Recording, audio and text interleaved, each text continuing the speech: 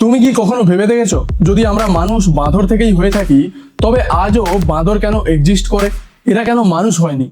দেখো, তুমি যদি লক্ষ কোটি বছর পিছিয়ে যাও, তবে জানতে পারবে যে আমাদের কোনো একজন মাত্র পূর্বপুরুষ নেই, অনেক অনেক পূর্বপুরুষ আছে।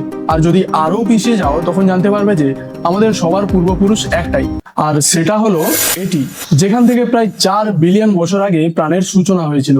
এরপর ধীরে ধীরে বিবর্তন হতে থাকলো, এবং যারা টিকে থাকতে পারলো তারা এগিয়ে যেতে থাকলো। তারপর এমন একটা সময় এলো যে আমাদের পূর্বপুরুষরা গাছেও থাকতো, আবার মাটিতেও থাকতো।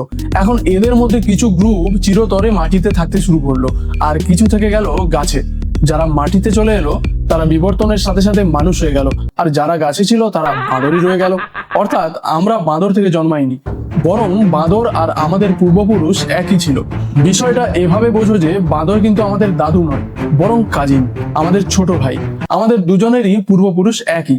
এখন যেহেতু সাধারণ মানুষ সেই পূর্বপুরুষটির নাম এক্সাক্ট জানে না, তাই আমরা সাধারণত তাকে বাঁদর বলে ফেলি। আর বাঁদররা মানুষ এই কারণেই হয়নি কারণ তাদের মানুষ হওয়ার প্রয়োজনই পড়েনি, তারা গাছে থেকেই খুব ভালোভাবে টিকে থাকতে পেরেছিল। আর এরকম আরো ইনফরমেটিভ ভিডিও দেখতে হলে চ্যানেল অবশ্যই সাবস্ক্রাইব করে রাখুন।